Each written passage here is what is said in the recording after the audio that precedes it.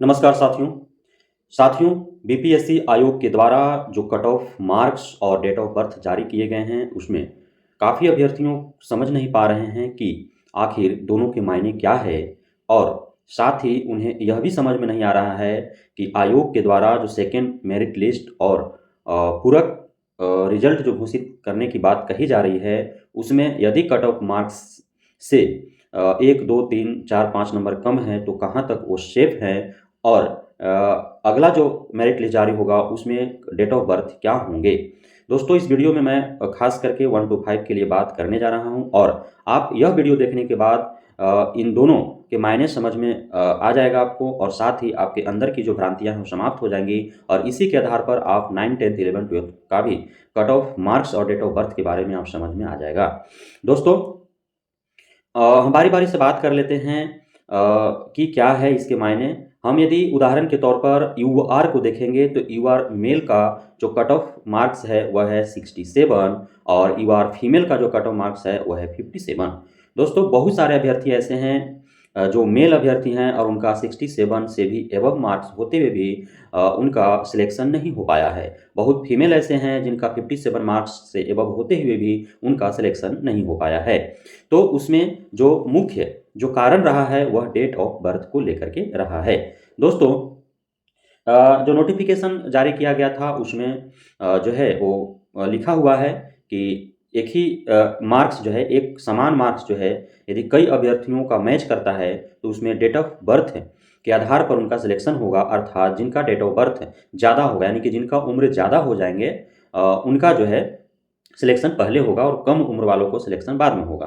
तो यही फैक्टर जो है यहाँ पे काम आई है कि कट ऑफ मार्क्स से अधिक होते हुए भी चूंकि आपका डेट ऑफ बर्थ जो कट ऑफ मार्क्स जारी किया गया है उससे बाहर है यानी उसके बाद का है, इसलिए आपका सिलेक्शन नहीं हो पाया है।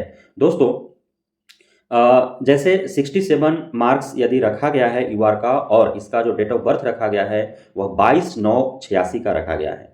तो 67 मार्क्स होते हुए भी यदि आपका 22/9/86 के जगह पर 23/9/86 भी आपका डेट ऑफ बर्थ है तो आपका सिलेक्शन नहीं हो पाया है। तो इसी आधार पर यदि आप ईडब्ल्यूएस में देखेंगे तो मेल का 56 मार्क्स कट ऑफ है और डेट ऑफ बर्थ जो रखा गया है वह है 19/3/95। अर्थात यहाँ पे वैसे ईडब्ल्यूएस के अभ्यर्थी जिनका 56 या उससे अधिक है लेकिन उनका डेट ऑफ बर्थ 95 जो रखा गया 19/3/95 यदि 20/3/95 भी है तो उनका सिलेक्शन नहीं हो पाया है।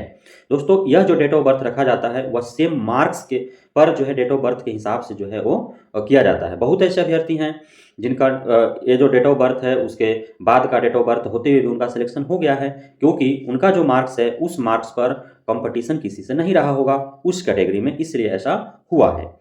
तो जैसे 67 मार्क्स रखा गया है, किसी का 72 है लेकिन डेट ऑफ बर्थ उसका चूंकि 86 का यहाँ रखा हुआ है, यदि उनका 96 का है फिर भी उनका सिलेक्शन हो गया है। इसलिए कि जो 72 मार्क्स है 72 मार्क्स पर उनके साथ कोई कंपटीटर नहीं मिला, इसलिए उनका हो गया। तो इस प्रकार से जो है तय किए जाते हैं। तो डेट ऑफ बर्थ से भी आपको पता चल जाएगा कि कहाँ पे कंपटीशन है और कहाँ पे कंपटीशन नहीं है। ईडब्ल्यूएस में 95 तक ले आया गया। ईडब्ल्यूएस फीमेल का बात करें तो मात्र 48 मार्क्स कट ऑफ है, जबकि यहाँ डेट ऑफ बर्थ देखेंगे तो 5/7/99 तक का रखा गया है।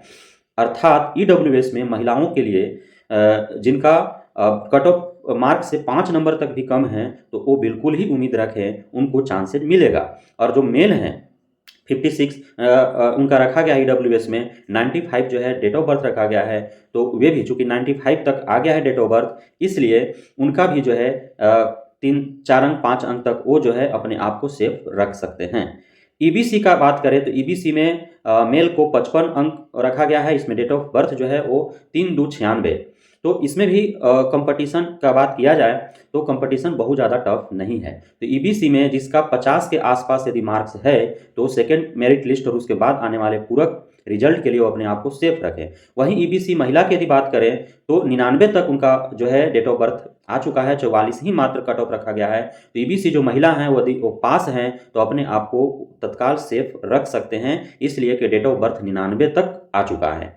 उसके बाद की यदि बात करें बीसी बीसी की बात करें, जिसे आप BC2 कहते हैं, ओबीसी एनसीएल जिन्होंने बना रखा है, तो उनका कट ऑफ मार्क्स जो है मेल का वो 60 रखा गया है और डेट ऑफ बर्थ 23/10/94 रखा गया है। दोस्तों इसमें जो है चूंकि 94 तक, तो उसके बाद के जो है काफ़ी अभ्यर्थी सम्मिलित रहे हैं, क्योंकि 1 to 5 में 18 साल तक का ही जो है वो 18 साल जिसका हो गया था वो अप्लाई कर रहे थे। 12 के बाद जिनका डीएलएड हो चुका था, तो इसलिए इसमें जो है उनको लगभग पीआरटी में आवेदन करने के लिए बीसी यानी BC2 को या कोई भी अन्य जो वर्ग हैं उनको जो है 2002-3 तक जिनका डेट ऑफ बर्थ है उनको इसमें सम्मिलित किया गया है। तो इस प्रकार जो है BC2 का 60 मार्क्स रखा गया है, तो इसमें बहुत ज़्यादा उम्मीद नहीं किया जा सकता है। मुश्किल से 3 नंबर तक, जिनका 3 नंबर 2-3 नंबर जिनका कम है डेट कट ऑफ से, वही उम्मीद रख सकते हैं BC2 में मेल। फीमेल का यदि बात करें तो फीमेल 23/3/93, अर्थात मेल से भी ज़्यादा कंपटीशन BC2 में फीमेल में देखा जा रहा है ना। तो 50 अंक जो है उनका रखा गया है, तो इसमें भी ज़्यादा जो है उम्मीद नहीं रखना चाहिए BC2 के महिलाओं को। 2-3 अंक जिनका कम है वही उम्मीद रखें, उससे ज़्यादा उम्मीद BC2 में मेल और फीमेल दोनों में कंपटीशन है, उसमें जो है 2-3 अंक वाले ही उम्मीद रखें, ज़्यादा कम होने की संभावना नहीं है। एससी की बात करें तो SC और ST में कंपटीशन न के बराबर है। इसमें जो है जो पास हैं वो उम्मीद रख सकते हैं, चाहे वो मेल हो या फीमेल हो, क्योंकि SC मेल का 47 गया है और 2001 तक उनका डेट ऑफ बर्थ आ चुका है, और SC फीमेल का मात्र 39 यानी कि पासिंग मार्क रखा गया है। ST में भी फीमेल का मात्र 39 पासिंग मार्क रखा गया है।